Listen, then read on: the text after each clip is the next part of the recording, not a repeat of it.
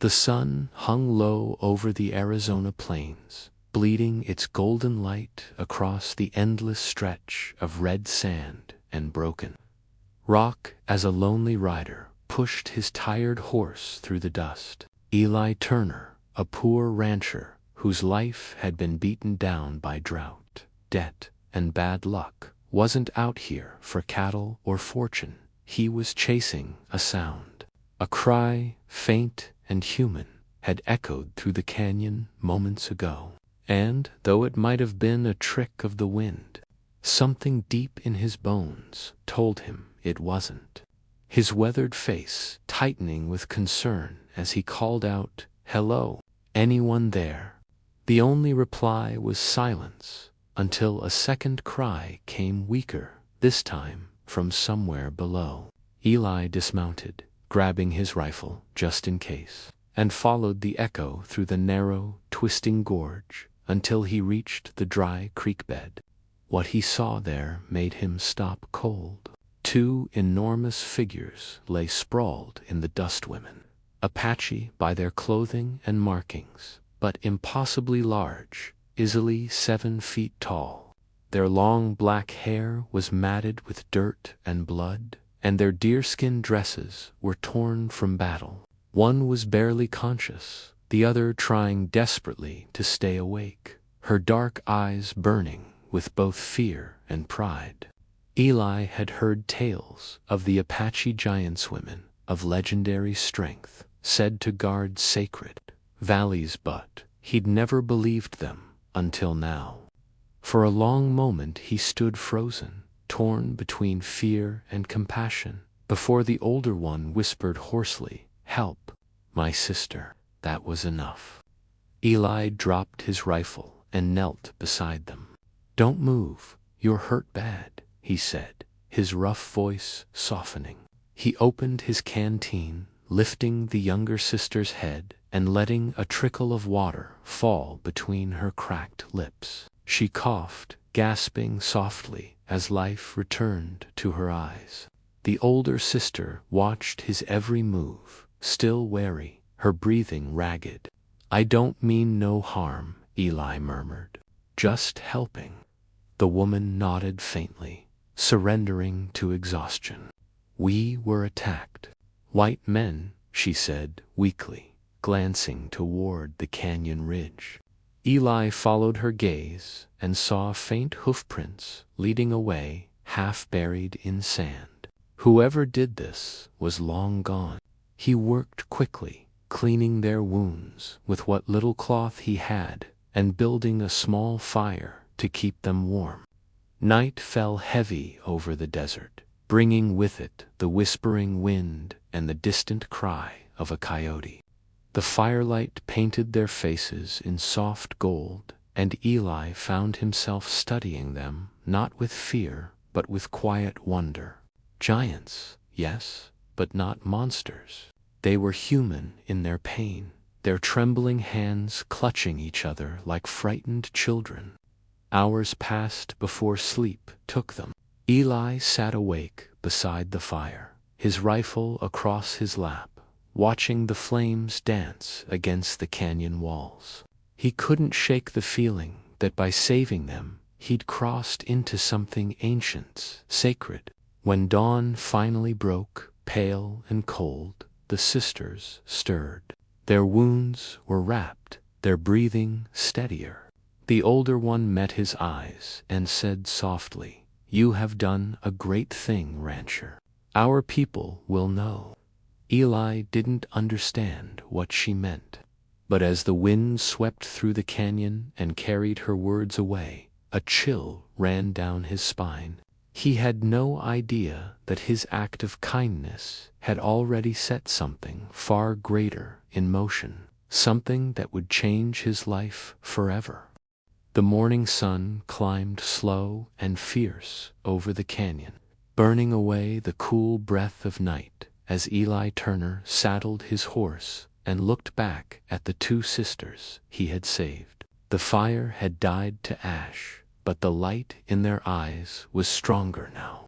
The elder, whose name he'd learned was Taya, stood tall despite her wounds. her broad shoulders casting a long shadow across the sand. Her sister Nahia was smaller, but carried the same quiet power. Eli offered them what little food he had: hard biscuits and dried meat tanned. Though they hesitated, as they ate, the desert around them stirred. Vultures circled high above, the whisper of distant drums echoing faintly through the cliffs. Eli turned sharply. "You hear that?" Taya nodded slowly, her expression unreadable. "They come?" Eli asked, unease creeping into his voice. "Our people and our chief?" She looked at him then with eyes full of something he couldn't name: gratitude, maybe, but also warning. Before Eli could speak again, a sharp wind swept through the canyon, carrying with it the sound of hooves.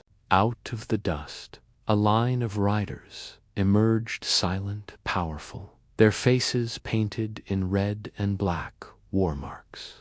At their head rode a massive figure draped in eagle feathers and bone ornaments, his gaze cold and ancient. The Apache chief. Eli instinctively stepped back, his hand twitching near his holster, but Taya raised a hand. "Do not move," she whispered. "If you reach for that gun, you die." The chief dismounted with slow, deliberate grace. His eyes moved from Taya to Eli, then to the wounded Nahia. For a moment, no one spoke.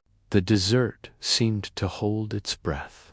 Then Taya stepped forward, speaking rapidly in Apache, her voice firm but respectful. The chief listened, his expression carved in stone. When she finished, he turned his gaze on Eli. The weight of that stare was like the desert sun itself, heavy, merciless. Finally, he spoke in broken English. "You save my daughters." Eli blinked. Daughters. His heart thudded hard. The two giant women, his daughters. That meant the man standing before him wasn't just a chief. He was the chief, the guardian of an entire Apache nation feared across the frontier. "I just did what anyone would have done," Eli said quietly. The chief studied him, eyes narrowing. "No, not any man," he said. "Most would run. You stay. You help." He took a step closer, his shadow stretching over Eli like a dark wave. "That choice," he said slowly, "has a price." The air grew tense. The Apache warriors shifted their horses, watching every twitch of Eli's hand. He stood his ground, dust swirling around his boots. "If there's a debt," he said, "I'll pay it." The chief's lips curved into something between a smile and a frown. "You will, but not with silver." With spirit, he lifted a carved staff and pointed it toward the horizon. "Tonight, you come to our camp. You eat with us. The great spirits will decide what you have earned." Eli wanted to refuse, but one look at Taya told him he couldn't. Her gaze was calm, but from it wasn't an invitation. It was a summons. As the Apache warriors turned their horses and rode back into the desert, Eli felt the ground beneath him tremble with the rhythm of their departure. When the last rider disappeared into the glare of the sun, he exhaled slowly. He had saved 2 lives, but in doing so, he had stepped into a world he didn't understand, a world of spirits, secrets, and sacred debts that could not be measured in coin. That night, under a sky full of stars and firelight, Eli Turner would learn that the Old West held more than outlaws and dust. It held powers as old as the land itself. By the time the sun sank behind the distant mesas, Eli Turner found himself riding deep into Apache territory, guided by the 2 sisters he had saved. The land had changed. The air felt heavier, charged with something ancient and unseen. The path wound through narrow canyons where strange symbols were carved into the walls, spirals, animals, and figures of giants with outstretched hands. Fires flickered in the distance, and the rhythmic beat of drums carried across the desert night like the slow pulse of the earth itself. When they finally reached the camp, Eli's breath caught. Dozens of teepees circled a great central fire, around which men, women, and children moved like shadows painted in flame. Every eye turned to him as he entered, a stranger among warriors. Taya and Nahia dismounted and walked ahead, their presence commanding quiet respect. As Eli followed, whispers rippled through the crowd, some curious, others hostile. He could feel their stares pierce through his dust-covered clothes and sunburned skin, marking him as the outsider he was. The chief appeared once more, standing by the great fire, his eagle feathers glowing orange in the blaze. He gestured for Eli to sit, and though his heart pounded, Eli obeyed. The drums slowed, the fire crackled, and silence settled like a heavy cloak. Then the chief spoke in a voice that carried through the still air. "The spirits have seen what you did. You saved blood of my blood. For that you have honor. But the desert never gives without taking." He motioned to an old woman beside him, her face wrinkled like dry riverbeds, her eyes pale as smoke. She was the tribe's shaman. She stepped forward, holding a bowl of burning sage, and began to chant in a low, melodic voice. The smoke curled around Eli, thick and sweet, making his head swim. The world seemed to sway. The firelight shimmered, and suddenly the camp around him began to fade into something else. He saw Vision's giant women standing atop cliffs, watching over rivers of gold and blood. Men in cowboy hats and soldiers in blue uniforms fighting under the same burning sun. And behind them all, a shadow, vast and ancient, moving beneath the desert like a sleeping god. The shaman's voice grew louder, blending with the drums, until Eli could feel the rhythm in his chest like a second heartbeat. "You walk between two worlds now," she whispered, her voice both near and far. "The land has chosen you, rancher. Your path is no longer your own." The vision broke. The smoke thinned. Eli found himself back at the fire, drenched in sweat. The chief watched him closely. "You see?" he asked. Eli tried to speak, but his throat was dry. I saw something," he managed. "The giants, the land, it was alive." The chief nodded slowly. "The Great Spirit speaks through the fire. You are marked now. What happens next will test your heart." He turned to Taya. "You and your sister will guide him. Tomorrow he rides to the sacred mesa." Taya bowed her head, then met Eli's eyes with quiet resolve.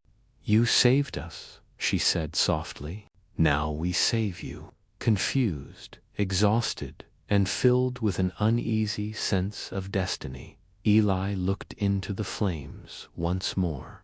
They flickered and danced like eyes watching him from another world. He had come to the desert as a poor rancher with nothing left to lose. But now something vast and ancient had claimed him, and the true journey was only beginning. Dawn came slow and blood-red over the desert, spilling light across the camp like the opening of an old wound. Eli Turner stood beside his horse, tightening the reins with hands that still trembled from the visions of the night before.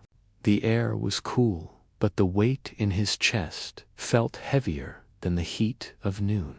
Taya and Nehaya waited nearby, silent and solemn, their eyes fixed on the horizon where the great mesa rose like a sleeping giant from the sand.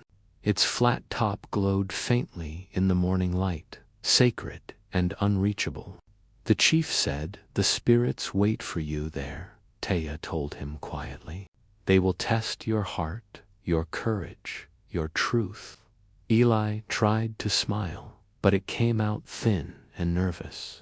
"I'm no hero, Taya, just a rancher who made a dumb decision to follow a cry in the dark." Nehea tilted her head, her voice calm but strong. "Sometimes the spirits find the ones who don't believe in them. They like surprises." That made Eli chuckle despite himself. Then the three of them mounted their horses and rode into the rising sun. The journey was long and brutal. The desert stretched endless, shimmering under the heat, alive with whispers of wind and the call of unseen birds. Hours passed in silence except for the rhythmic thud of hooves on cracked earth. At one point, Eli noticed ancient carvings on the rock's giant footprints etched deep into the stone, half buried by sand. "The old ones walked here," Nehea said softly. "Long before white men came, before the rivers dried. They were our protectors, our sisters of the earth." Eli nodded slowly, feeling something stir inside him, a strange mix of awe and fear. As noon approached, the heat became unbearable.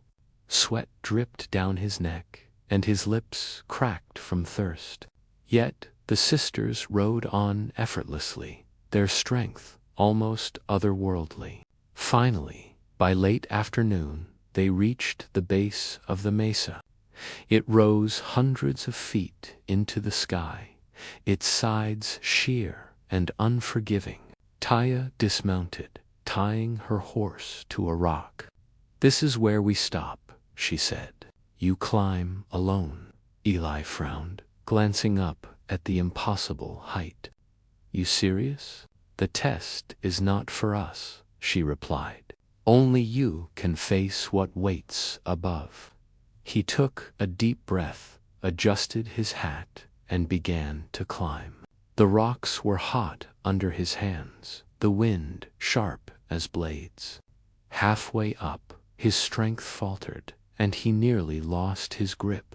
But something, maybe the echo of the drums he'd heard in the night, pushed him forward. When he finally reached the top, the world seemed to go silent. No wind, no sound, just the endless desert stretching in every direction, painted gold by the dying sun. In the center of the flat mesa stood a single stone pillar, ancient and covered in the same strange symbols he'd seen in the canyon. He approached slowly, feeling a chill crawl down his spine despite the heat. Then the air shimmered. From the dust rose a figure, a giant woman formed of smoke and light, her eyes glowing like embers. "Eli Turner," she said, her voice echoing through his bones. "You walk where no mortal has walked in many moons. You saved my daughters, and so the land spares you. But your heart carries a storm. To heal the earth, you must face it." Eli fell to his knees, speechless, the spirit's glow surrounding him like fire. The sky darkened, thunder rolled in the distance, and the test had begun. The desert wind rose suddenly, swirling around the top of the mesa like a living thing as Eli Turner stood trembling before the glowing figure of the spirit woman. Her eyes burned with ancient fire, her voice echoing from everywhere and nowhere.